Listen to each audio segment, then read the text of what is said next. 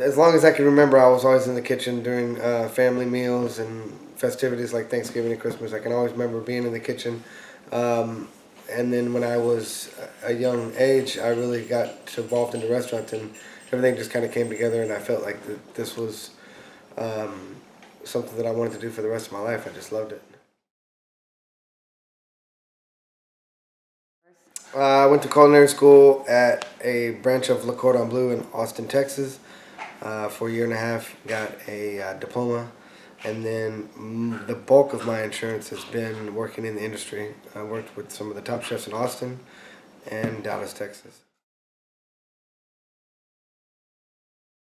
But I think the major thing of an inspiration to me is people finding joy in something that I have created for them to eat. I think that is really that really says it all. I mean, being a chef is you're providing a service to somebody, and when somebody eats something that you have made and worked really hard to make it perfect, then they appreciate your craft, and they really find joy and find happiness in something that you have created for them. I think that's the biggest inspiration of all.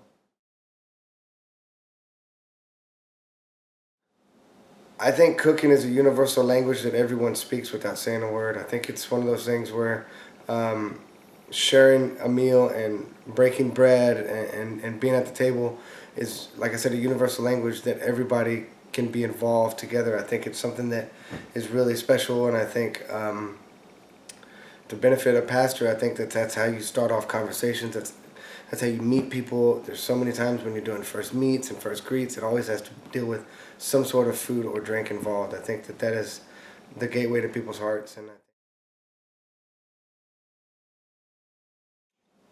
oh wow, there's a lot of ways. I think really the most influential and the most experience that I see from that is just all of the things that the Lord provides for us, be it from vegetables, from any kind of roots and vegetables. Just it's so extravagant and so many things that He provides for us.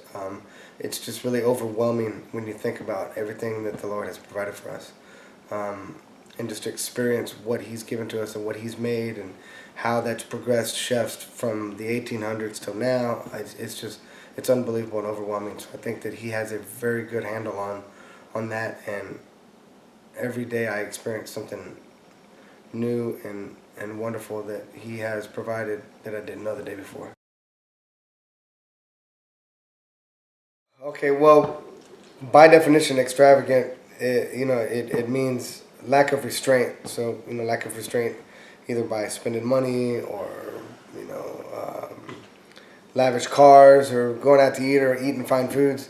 Um, you know, God shows us extravagant as all the things that He's provided for us. I mean, He could have just only provided us with one tree and, one fruit bearing plant and one animal, but instead He provided millions and millions and millions of different plants and vegetables and fruits and animals that are at our disposal to use however we would like. I think His extravagance is beyond that we know now. I think we're continuing to learn and realize that on a day-to-day basis. I think His extravagant is just unbelievable.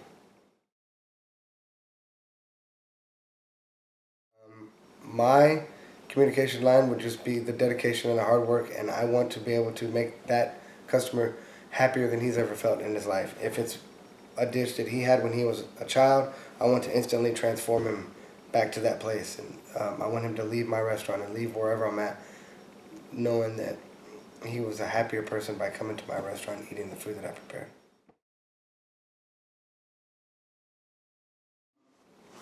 To answer that question, I think it would really have to go back to me working at a restaurant as a chef, but also wanting to be able to cook quote unquote off the menu for patrons. I think that that's one of those things where they help me and I help them. I help them by creating an unmatchable experience that they couldn't have anywhere else. You have the chef actually cooking what they want, but then they help me by keeping me creative, keeping me on my toes, keeping me fresh and new with ideas. And I think both the customer and the patron, or the patron and the chef, benefit from each other in that. And I think the audience plays a huge role in making me strive to be a better chef.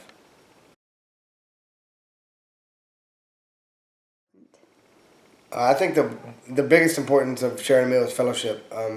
You know, if you think about it, you know, always when you want to have a talk or you want to sit down and you don't want anything to be stuffy, no nervousness. It's just you and other people talking. What does it always entail? It always has to entail with food or you know you're having snacks or you're between food and drink. It's always that, and I think that's the most important thing. And I think that that's something that is very important and vital to our lives is fellowship and being able to talk to people with no restraints and joke and laugh and have a great time over a meal. I think that's the most important thing about sharing a meal or breaking bread.